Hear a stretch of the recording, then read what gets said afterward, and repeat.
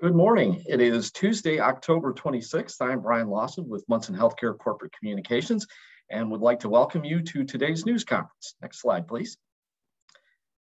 Joining us today is Chief Medical Officer from Munson Healthcare, Dr. Christine Nefsey.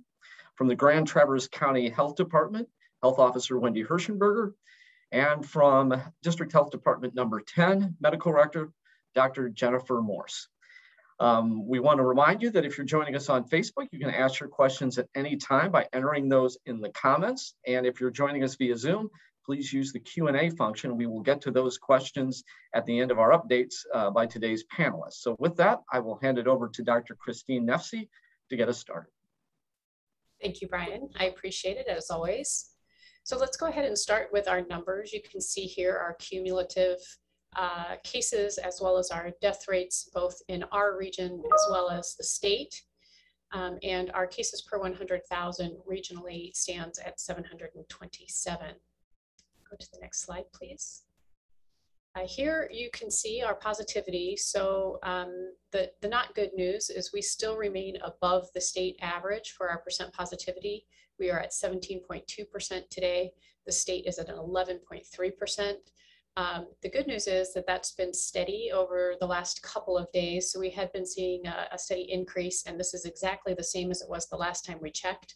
So still too early to tell a trend line on that one, but I will take the good news that it has remained unchanged since the last update. Next slide.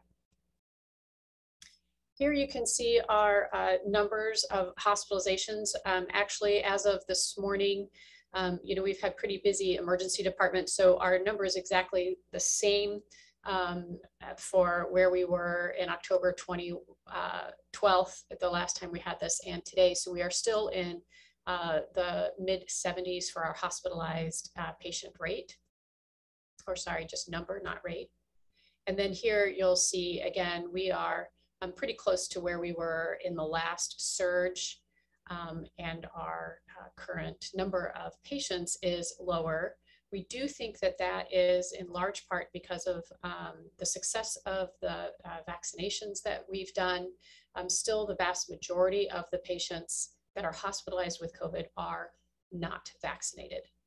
Next slide.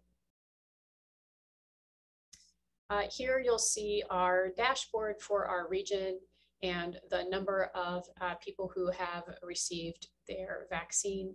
We're at 62.1% for completing the vaccine series. And I think most of you have probably seen a lot of big announcements over the last week or so about vaccines, and in particular, the booster shots. So what we've attempted to show you here was sort of an overview of all of that news that we've gotten over the last couple of weeks. And basically that is, if you are immunocompromised and have had your initial 2 doses of Pfizer or Moderna, a 3rd dose that month after your 2nd dose is still part of that vaccine series. If you are not immunocompromised, there is a recommendation to get a booster 6 months, at least 6 months after your 2nd dose. And those recommendations for that booster shot are if you are older than the age of 65, if you are 18 or older and are in a high-risk setting, either by your work or your living arrangements, or if you are over the age of 18, that puts you with an underlying medical condition that puts you at high risk for having more serious illness with COVID-19, that would also be a recommendation for a booster. As always, if you have a primary care doctor, we do recommend you speak with your physician about your individual risks and benefits of the vaccine. And then lastly, Johnson & Johnson also is recommended to have a booster now. That's for everyone. If you have gotten your 1 dose of vaccine at least 2 months after your initial dose to get that booster. Next slide. So again, you may get a booster if you are high risk by either your job or your place of residence. So examples of high risk jobs would be a first responder, anybody that works in education, people like food and agricultural workers, manufacturing workers, grocery workers, anybody that's got exposure to a large number of people, basically, or who is really integral to keeping sort of the roads open, hospitals open, and people fed. Today, there's actually a meeting to look at the recommendation of having Pfizer for emergency use, a vaccine for children age 5 through 11. So we are looking forward to hearing what that announcement is. It sounds like that will likely be approved, but again, until we hear officially, we are not making that recommendation yet. Next slide. We also want to update everybody on testing. We know that this has been an issue for people in where they can get tested. So if you have symptoms, please get tested. There's a lot of other things going on right now too with RSV, just normal kind of coughs and colds. We are starting to see flu in our region. So it is very, very important, as if you have COVID, you would be asked to quarantine. And really nobody sick should be showing up at work or at school or anything like that. So it is really important. So if you are symptomatic, please get tested, and you can get that testing in a number of places. Your local health department, your primary care provider, Walgreens, Rite Aid also offer testing. You can actually find out more about locations where that is available through the www.michigan.gov coronavirus website. There's also a COVID hotline that you can call on a regular phone. You can also call our Munson Healthcare Ask a Nurse line, and all of those resources will help you find the right place for you to get tested.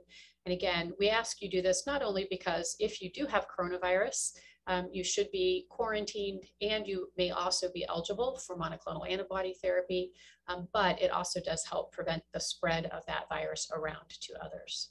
Next slide. We have also, we being Munson Healthcare, partnered with LabCorp for asymptomatic testing. So we know that sometimes you may have an exposure or something like that that requires you to get testing, and you may not be eligible if you don't have symptoms. So we are offering a PCR COVID test at the Foster Family Community Center in Traverse City.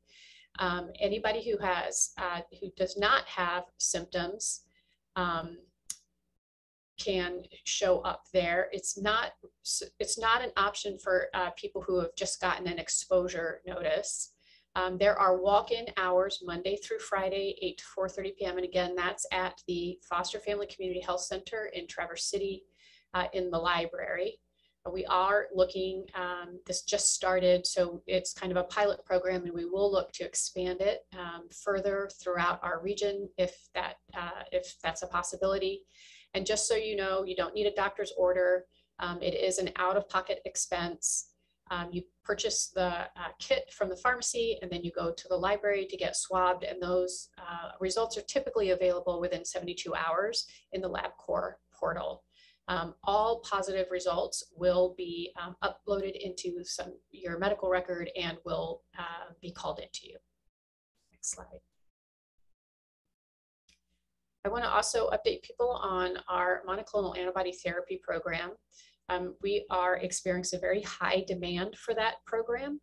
Part of that is because we have such a high positivity rate at 17%. And so we are receiving significant numbers of referrals from our medical community, and as well as through self-referral. Right now, we cannot meet the demand for everybody that is requesting that. So there is a triage system for those who are eligible and the highest risk. I will tell you, we are not alone in that challenge. Unfortunately, what we had seen is some of the other organizations that were offering this service have had to shut down because they've had their own staffing problems. So we really are the one place in Northern Michigan right now who is offering this.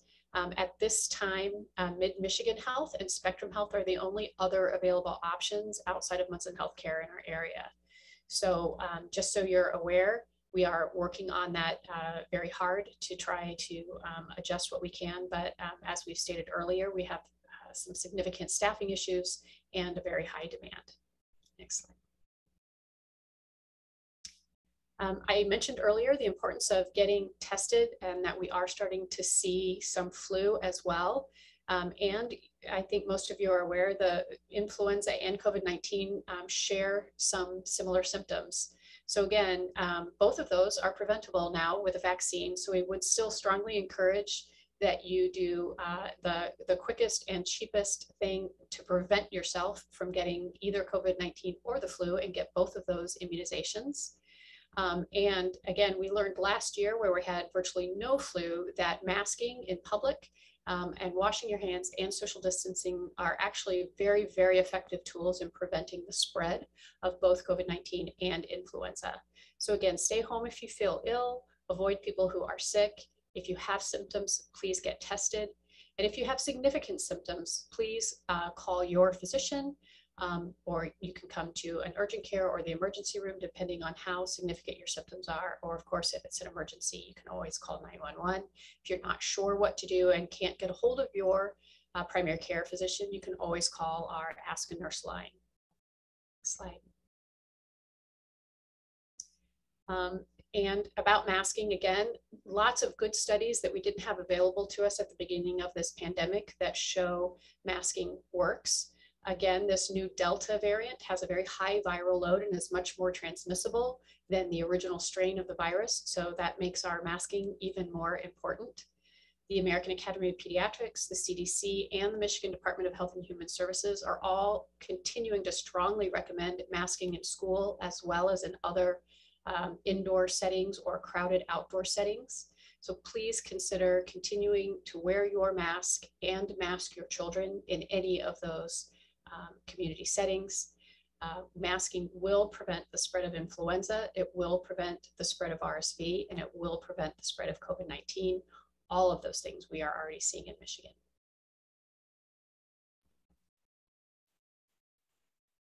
All right, thank you very much, Dr. Nefsi, and we'll have you back here shortly for the Q&A. In the meantime, we want to turn to our health departments now. And with us from the Grand Traverse County Health Department is Wendy Hirschenberger, the health officer. Wendy? Good morning.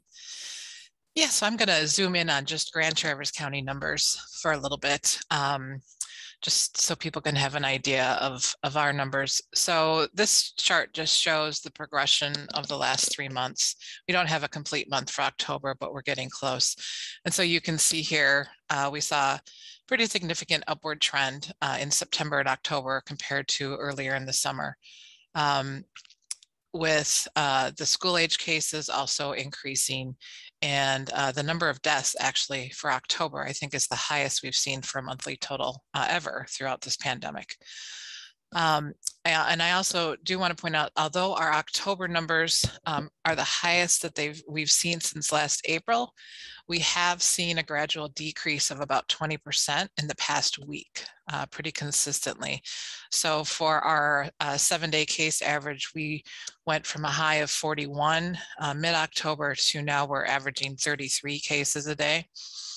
And our percent of school age cases also has decreased from a high of 22% of our daily cases to currently 12%.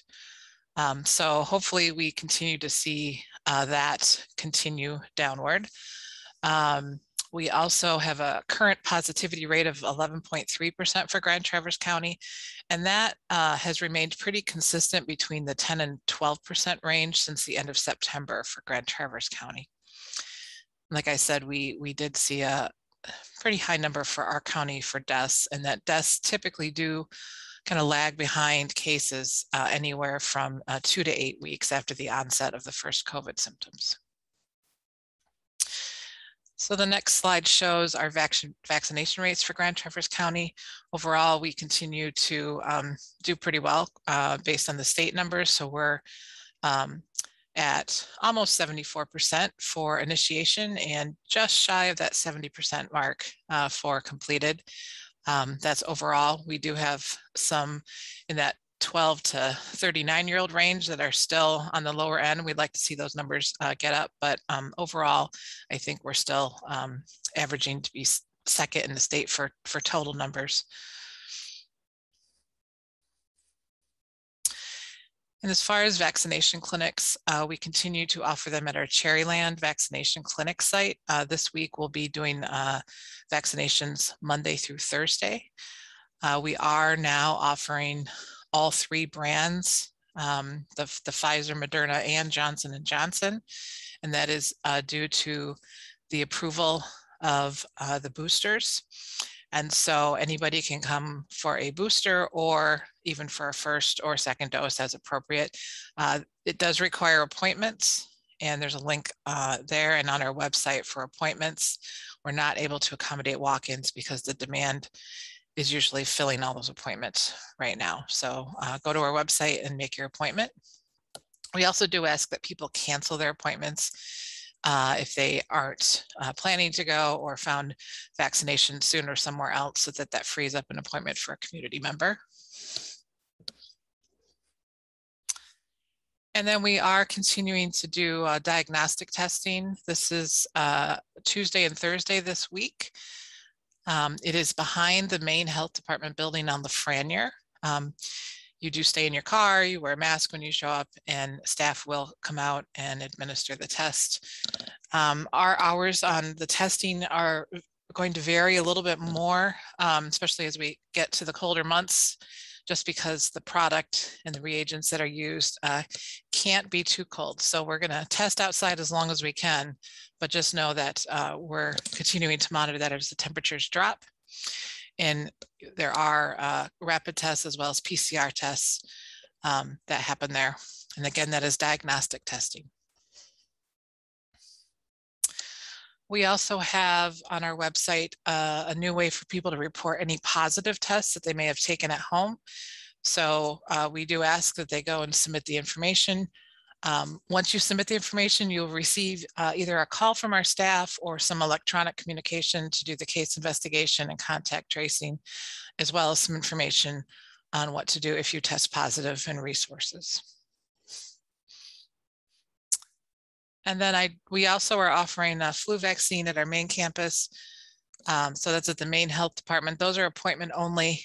We're just not able to do mass flu clinics this year just due to staffing. We're doing a lot of additional things this year due to COVID, but we do have appointments available there, and there is a state tracker similar to the COVID vaccine tracker. So I took a little snip there and kind of shows where everybody's at statewide. The vaccine rollout for flu this year has been a little few weeks behind previous, just to when I think we all receive vaccine. We're at about 20% coverage right now for Grand Traverse County, when we usually hit about 50%. And we were, I think, the highest in the state last year at 50.15%, with quite a few counties in the 40 to 50% range. So for flu vaccine here, we pretty much take anything anybody has. So Medicare, private insurance, cash, uninsured, underinsured, Medicaid, and we do participate in the Vaccine for Children program. I think that's all the updates I have today. Thank you very much, Wendy. We'll now turn to Dr. Jennifer Morse, Medical Director of District Health Department number 10. Good morning. So this graph shows our case trends. Overall, there's been a slight decrease. However, you can see we're still in a very high level compared to where we were over the summer. Not nearly as high as with our spring spike, but getting close.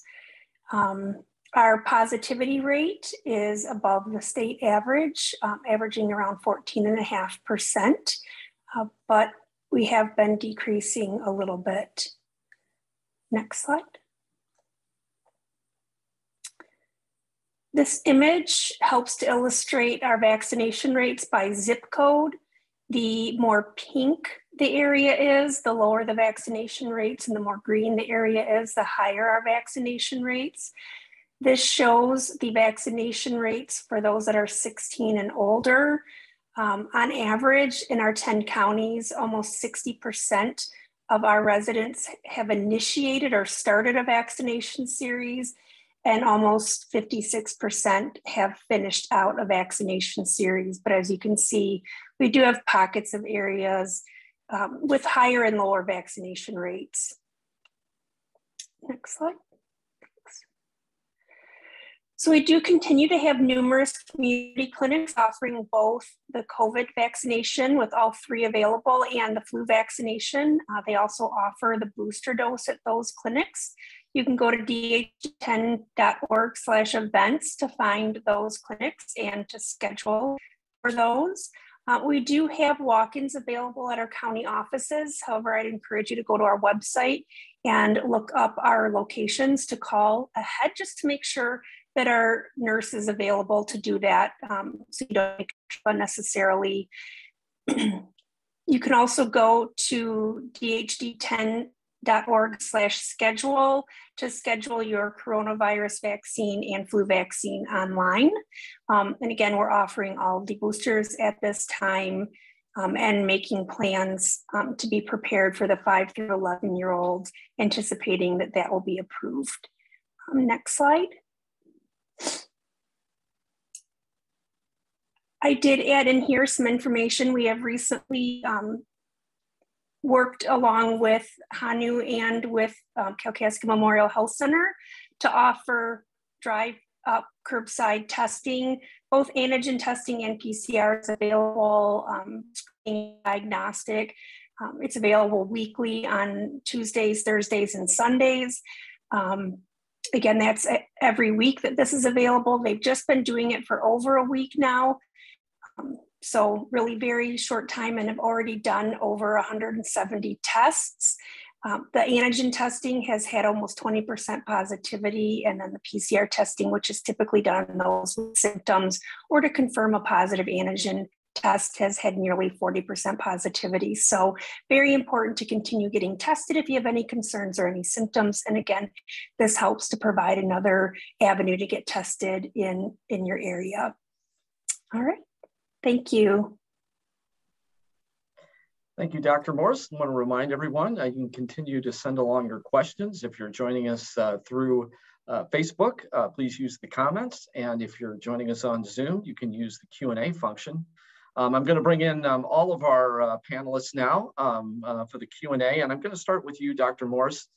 And the question here is, we heard Dr. Nefsey reference that the FDA is discussing approval of COVID vaccine for children 5 to 12.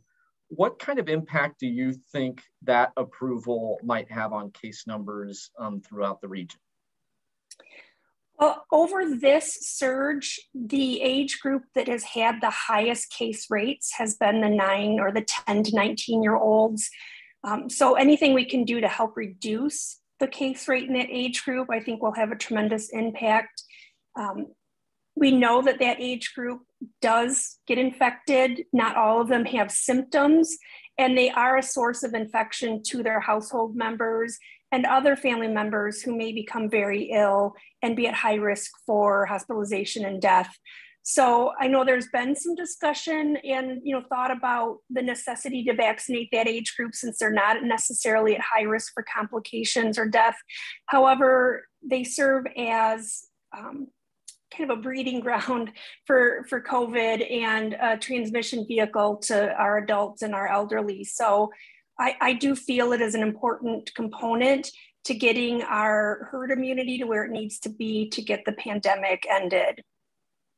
Have there been any early discussions about when that vaccine would be available to children in this area once approved? How long would we anticipate it take before those children can start being vaccinated? It just depends on what the FDA committee decides, and then how quickly the FDA will approve it, and then how quickly the ACIP will meet, make recommendations, and the CDC will approve those. So it could be as soon as next week. It could be a couple weeks. We really just don't know. In our health department, we're making plans with the anticipation of starting on November 8th, but that's just an anticipation.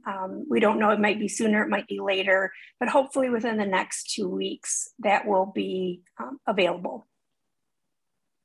Dr. Nefsey, along the lines of what we saw in Wendy's graphic of kind of an uptick in terms of children cases over the last few months, Can you give us a little bit of an update of what we're seeing in our region in terms of how this is impacting children and what you're hearing across the state right now?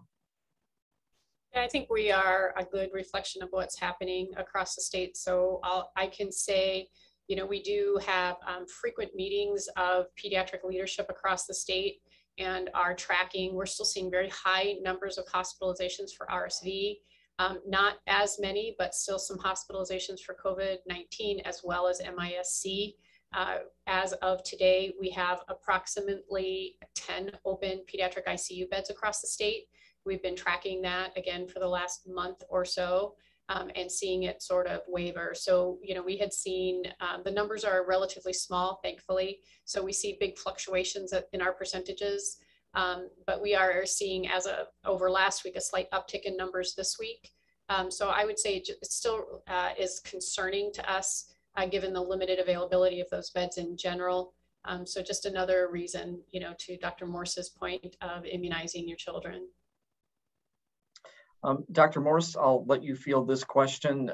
It's in regards to boosters. Can you talk a little, is there a difference in terms of quality or efficacy between the boosters? Is there one that people should seek out more than another?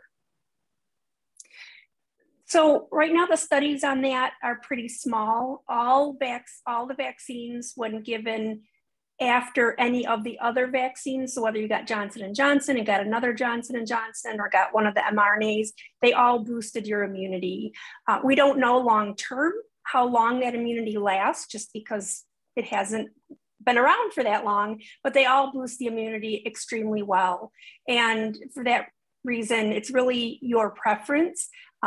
If you got Johnson & Johnson and want to get another Johnson & Johnson versus an mRNA vaccine, it's really personal preference.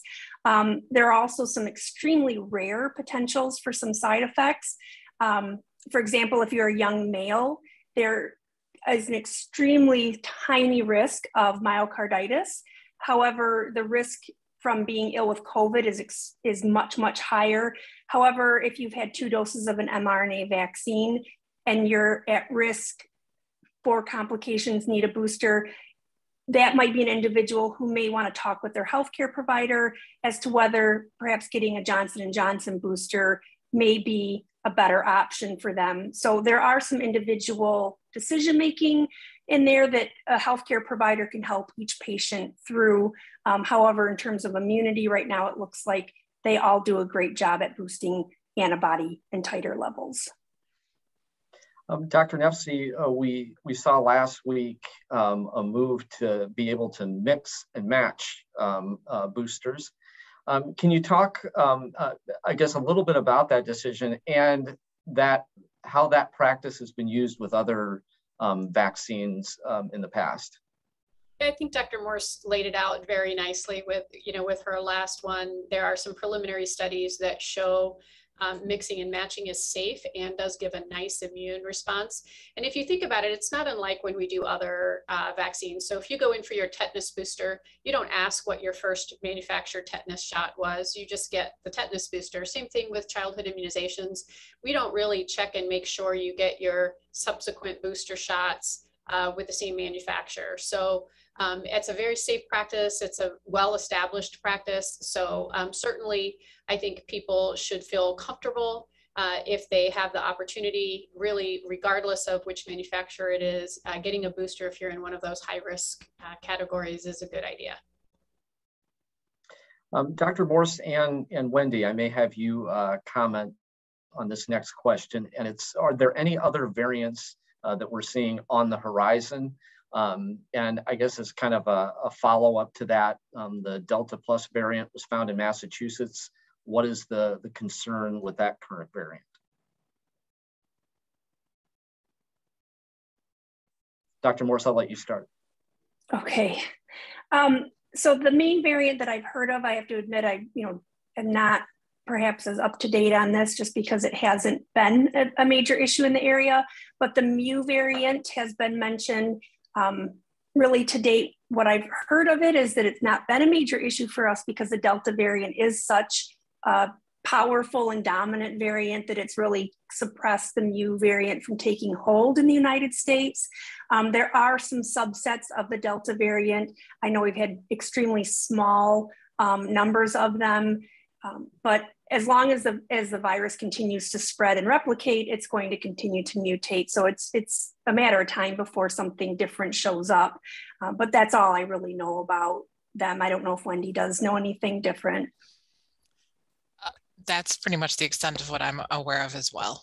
I did hear from the state lab on a report that 100% of those tests that go to the state lab right now are the Delta variant. So if you consider that good news that there's not other variants out there in the state, I guess, but it is still the Delta variant. Anything to add, Dr. Nefsi? Yeah, I know we're starting to hear stories from the UK that they're seeing another surge, and some are attributing it to that Delta Plus variant.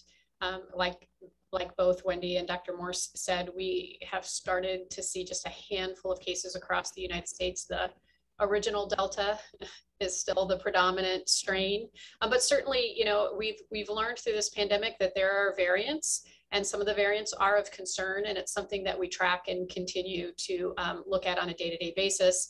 The state's epidemiologists are still pulling random samples of our positive tests and screening them for those kinds of things. So as soon as we learn more about it, we will certainly add that to our press conference and then our other educational tools that are all on our health department sites as well as the Munson Healthcare site. The next question I'll pose to all three of you. It's a data question, and is there any evidence that this current surge that we're seeing right now has a higher fatality rate compared to previous waves? Dr. Morris, I'll start with you. I have not seen any data to suggest that. Anecdotally, to me, it seems like we're seeing younger and younger deaths reported, kind of in the 30 to 45 age group. And I keep meaning to try to crunch some numbers to prove if that seems true to me. But I have not seen absolute numbers to prove either one of those things. Wendy? Yeah, I have not seen absolute numbers to prove that either. And I need to correct a statement I made earlier where I said I thought this was our highest number of deaths in October with 14. And my public information officer sent me a message and said we actually had 24 deaths in December of 2020. So yeah, I'm not sure. It's a good question, Brian. You know, I think that we think maybe if that helps. So like both of our health department colleagues have already pointed out, we are seeing, I think, much younger patients hospitalized with COVID-19 with this Delta variant and more deaths in that younger age group. It's really hard to know, you know, before we had the vaccine, we're sort of comparing apples to oranges. But you know, I would say it's at least equal, if not slightly worse than the original strain, if that helps. But you know, we're still in the middle of it, so it's really hard to pull that data out. Another question here regarding the vaccine, and I'll let you field this one, Dr. Morris. If someone who was vaccinated gets COVID, how long should they wait to get their booster after they recover? So the recommendation would be the same as with your primary series. One is you want to make sure you're out of your isolation period. So make sure you're no longer contagious. Wait 10 days from your symptom onset or when you were diagnosed if you have no symptoms. And if you are ill, you want to make sure you're feeling well enough to get a vaccine. So the other is if you wish to wait about 3 months, it's probably okay to do that just because you likely have given yourself a natural booster. So really, you can get it as soon as you're out of your isolation period, but you could probably wait up to 3 months if you wish. But we usually encourage people to get it as soon as they feel up to it. Dr. Nefsi, a question for you regarding Munson Healthcare staff vaccination for COVID-19. Where do we currently stand with vaccination, both first dosed and then a completed series? So we aren't tracking it that way. I can tell you close to 74% of our total staff have completed a vaccine series. So we are seeing that number creep up. And I'm sorry, what was the other part of your question? No, I think that was the question was how many had been vaccinated and kind of dividing it out between just started and completed. So I think you answered that question. The next question is regarding the vaccination requirement coming up on January 7th. And any concerns about staff leaving due to that vaccine mandate, and perhaps what we've seen in other healthcare systems across the state that have done the same. Yeah, you know, we followed a couple other organizations that implemented that mandate earlier, and what we're finding actually is that the projections of how many staff might leave because of a mandate are less than people thought that they would be. So that's good news. You know, there is through the ADA a process through which people can ask for exemptions, either for strongly held religious beliefs or for clinical reasons. That's the process we are going through right now. But most of the people, the other organizations that went through this did not see large numbers of people leave the organizations once it came down to the processes they had in place and their final date. So we're hopeful that our staff will continue to follow the science and get their immunization if they are eligible. In regards to staffing across the healthcare system right now, I think often we look at this in kind of a siloed approach. If you have a staff shortage at a hospital and the impact it has on that hospital, but we don't often talk about the impact it has on other facilities. Can you talk a little bit about the impact staffing shortages at long-term care, skilled nursing facilities, other hospitals around the state can have on the hospitals here in Northern Michigan? You know, it's a complicated question. What we know is that 500,000 people left healthcare last year. And, we also know, if you've gone to a restaurant lately or any of those other places, that, people left those industries as well. So I think that what we're seeing is a real change in the demographic of our workforce overall. And certainly healthcare is not an exception to that in any way. So the same reason that you have to wait longer at a restaurant to get your meal is the same that we are having in our emergency rooms, our urgent cares, our long-term cares. We had a lot of people leave healthcare. That's not a Munson Healthcare issue. That is across the state, across the country. Same kind of exodus in our public health world. We've had a very difficult 18 months. And some people who had the option have left this as a career. Healthcare is a tough career. Regardless of where you are, you have to be all in. It can be trying. And I think this pandemic really highlighted things for a lot of people. So we continue to work on it. We have a strategy around recruitment and retention. We're trying very hard to support our healthcare workers that are here and continue to do that work day in, day out. But it is definitely a challenge, and one that's people see the impact of that. We talked about it with monoclonal antibody treatment, and if you've come to our urgent cares or our emergency departments, you'll notice often it's a little bit more crowded, and you might have to wait a little bit longer, and directly attributable both to our staffing as well as a high acuity of illness that we're seeing in our community right now. Dr. Morris, I'm going to start with you on this next question, and Dr. Nefsi, I'll go to you as well since you're a pediatrician. The question here is regarding when we do get to the point where we're vaccinating younger children, particularly in that 5 through 8 age range. The question here suggests that it's a little bit different than vaccinating adults, just in terms of the approach you have to take to vaccinating some of these younger children who might be a little scared and concerned. How are the logistics and kind of the operations of doing that different from adult, and what what kind of things do you think will be considered as this next kind of phase is rolled out? Yeah, so it definitely is different. Most kiddos are not, and even adults, but definitely younger individuals, you do have to approach it a bit differently. An adult has to be present. They have to have a parent or guardian present with them. They can't just come by themselves. So it can be a scheduling issue because parents have to work. Sometimes it's a new patient to us, so it takes longer for them to get registered as a new patient.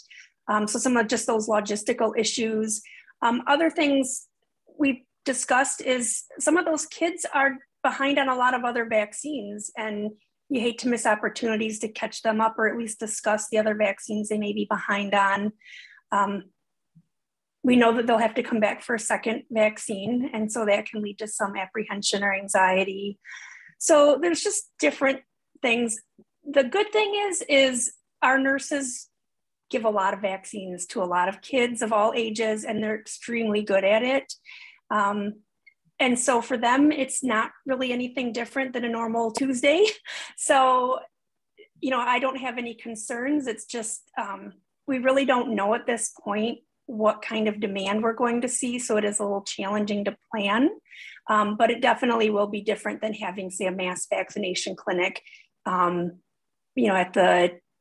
at a big stadium or something like that. We'll have to approach it in a different way. Dr. Nefsey, anything to add from a provider or a provider's office standpoint? Yeah, I mean, kids, there are some logistical differences, as Dr. Morse pointed out. I think kids are a little bit more used to getting their shots. It's often part of the normal routine when they come in to see the physician when they're younger, is that immunizations are part of that. So to some degree, depending on how prepared they are by their parents, they're probably going to be used to it and more expecting it than, say, we are.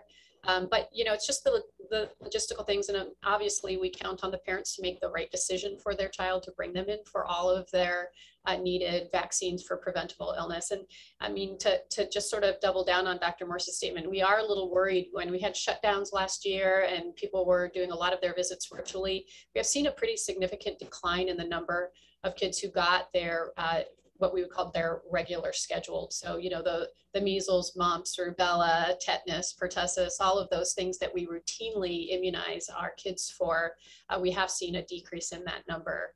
So it's as important when they come in to get those up to date as well as a COVID vaccine.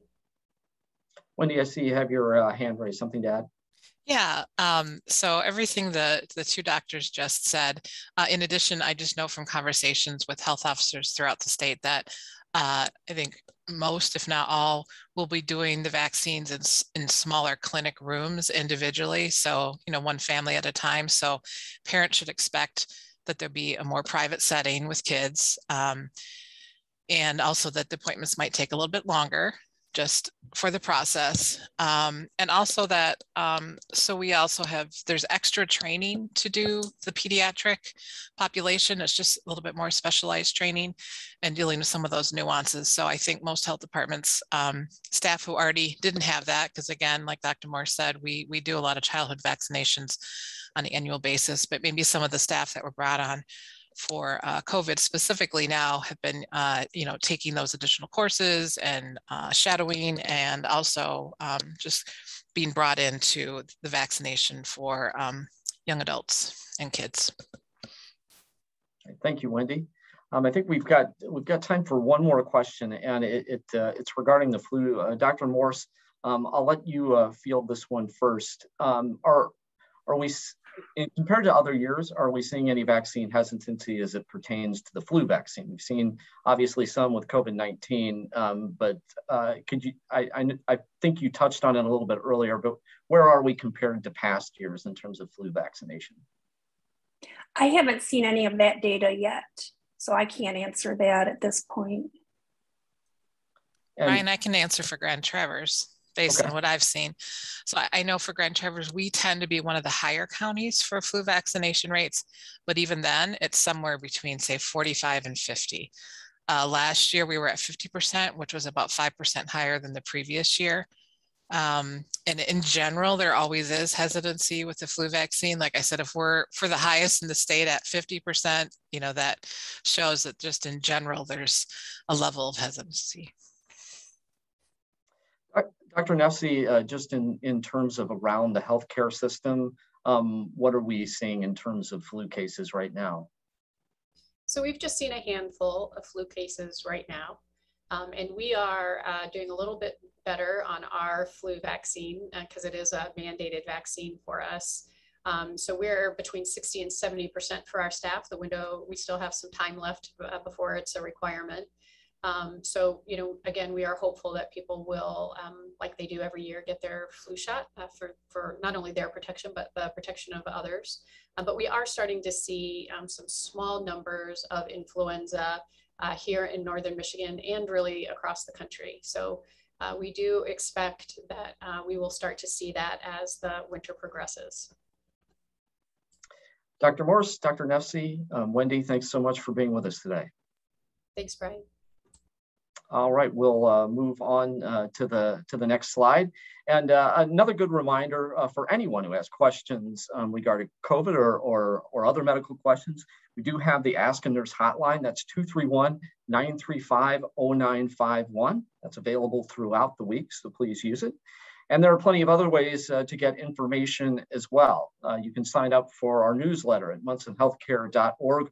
Also get all the latest updates at our website as well. And then please follow us on Facebook, LinkedIn, Instagram, Twitter, and YouTube. I'd like to thank you for joining us for today's news conference. Thank you for taking in this information, and please share it with your friends and family as well. So until next time, thank you for being with us. Be safe, be well. Have a good day.